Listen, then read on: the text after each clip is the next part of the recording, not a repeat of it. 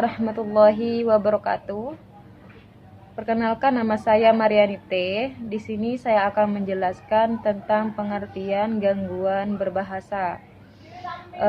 Gangguan berbahasa menurut Sheila Steinberg yaitu gangguan komunikasi yang segala sesuatu yang mengganggu proses pengiriman dan penerimaan pesan sehingga makna pesan tidak dapat dipahami dengan jelas oleh komunikat dan menciptakan hambatan antara komunikator dan komunikat. Kemudian berbagai gangguan tersebut dapat mengganggu keberhasilan komunikasi sehingga makna yang diterima oleh komunikat itu berbeda dengan makna yang dimaksud oleh komunikasi. Terdapat berbagai macam gangguan yang dapat mengganggu keberhasilan komunikasi. Di antaranya yaitu gangguan budaya, gangguan psikologis, dan gangguan semantik atau gangguan bahasa. Gangguan bahasa adalah gangguan yang melibatkan pengolahan bahasa. Pengolahan bahasa sendiri yaitu merupakan salah satu komponen penting dalam komunikasi sosial yang menurut para ahli itu selain interaksi sosial, kognisi sosial, dan pragmatik, gangguan bahasa secara umumnya seperti itu. Mungkin cuman ini yang bisa saya sampaikan tentang pengertian gangguan berbahasa dan akan dilanjutkan oleh teman saya yaitu Ummul Khairah. Bismillahirrahmanirrahim. Baik, saya Ummul Khairah akan melanjutkan materi penjelasan dari materi sebelumnya, yaitu jenis-jenis dari gangguan berbahasa. Di sini terdapat dua jenis perkembangan bahasa. Yang pertama yaitu adalah keterlambatan dalam perkembangan yang ditandai dengan kegagalan seorang dalam mencapai tahapan perkembangan bahasa anak normal seusianya. Kelambatan perkembangan bahasa diantaranya disebabkan karena keterlambatan intelektual, kognitif apasia, notisme, disfungsi minimal otak, atau kesulitan belajar.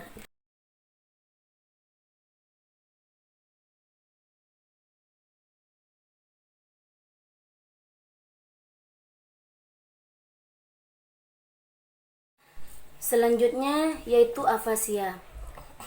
Apa itu afasia? Afasia adalah satu jenis kelainan bahasa yang disebabkan oleh adanya kerusakan pada pusat bahasa di korteks cerebri.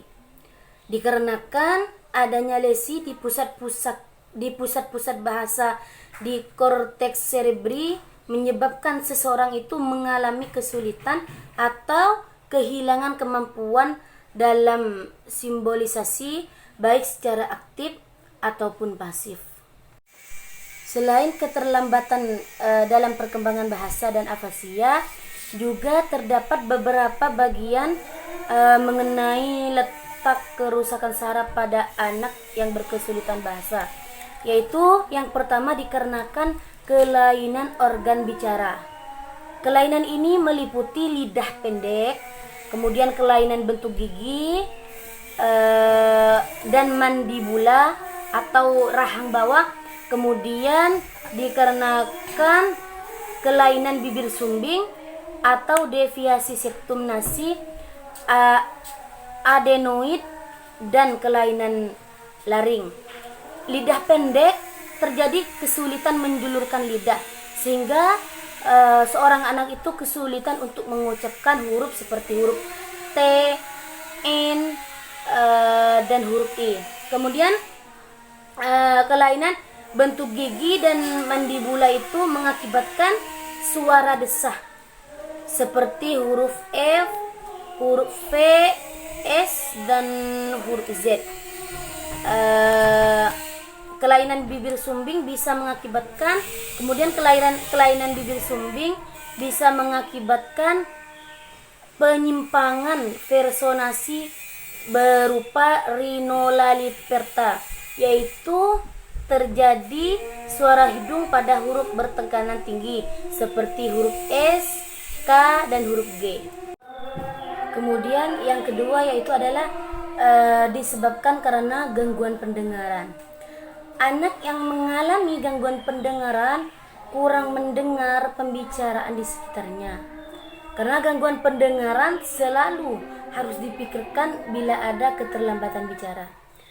Terdapat beberapa penyebab gangguan pendengaran. Ya, bisa karena infeksi, trauma, atau kelainan bawaan. Kemudian yang ketiga yaitu disebabkan karena gangguan emosi dan perilaku. Gangguan bicara biasanya menyita pada gangguan disfungsi otak minimal. Gejala yang terjadi sangat minimal sehingga tidak mudah untuk dikenali. Biasanya disertai kesulitan belajar, hiperaktif, tidak terampil, dan gejala samar lainnya. Kemudian yang keempat atau yang terakhir yaitu disebabkan karena autisme. Gangguan bicara dan bahasa yang berat dapat disebabkan karena autisme. Apa itu autisme? Autisme adalah gangguan perkembangan pervasif pada anak yang ditandai dengan adanya gangguan dan keterlambatan dalam bidang kognitif bahasa, perilaku, atau komunikasi dan interaksi sosial. Dalam buku Children with Surfing Brains menyebutkan bahwa autis itu adalah merupakan masalah genetika pencernaan dan sistem imun tubuh, inovasi virus, jamur, dan bakteri patogen lainnya. Mungkin hanya ini yang dapat saya sampaikan, kurang lebihnya mohon maaf.